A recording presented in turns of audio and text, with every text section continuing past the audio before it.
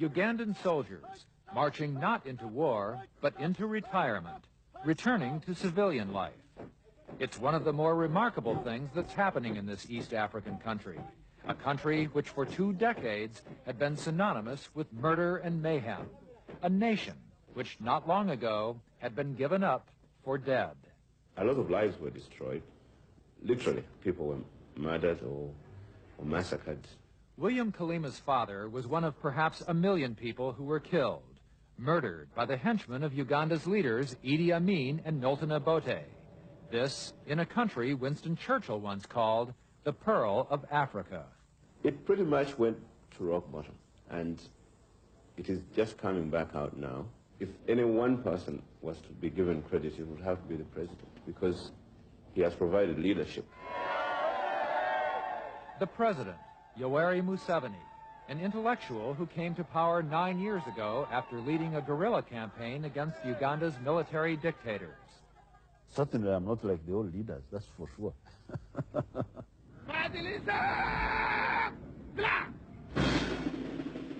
He's someone who practices accommodation. He's amnestied people who have fought against him, and he's brought them into his government.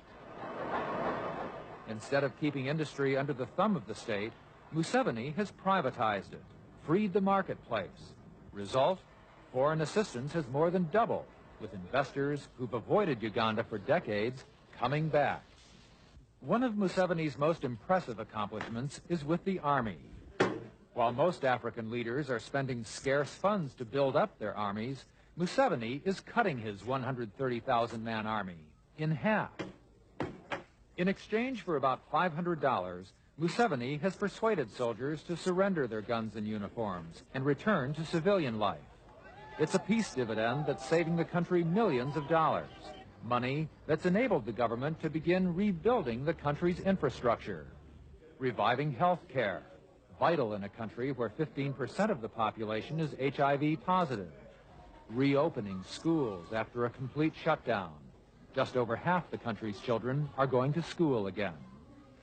While nearly everyone gives Museveni high marks for bringing peace and stability to Uganda, some feel he acts like a one-man government, is sometimes ruthless, too quick to judge, and too authoritarian. Everyone, for instance, is required to undergo chaka and chaka, which in Swahili means preparedness, forming people's militias, an essential safeguard, says President Museveni, in case another Idi Amin tries to take power. Critics say it's a tool of indoctrination, a way Museveni maintains control of his people and political opponents. He's now fit the picture of a kind of an enlightened despot. He has a lot of power, but he's enlightened. He acts with restraint. He listens to people. But he doesn't have much patience with outsiders who try to tell him how he should run his country.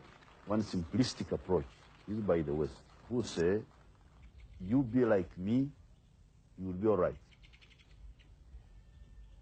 This is simplistic and, really quite shallow. Now, the other simplistic approach is by the dictators in Africa, who say we cannot afford democracy. Dictatorship is necessary for development.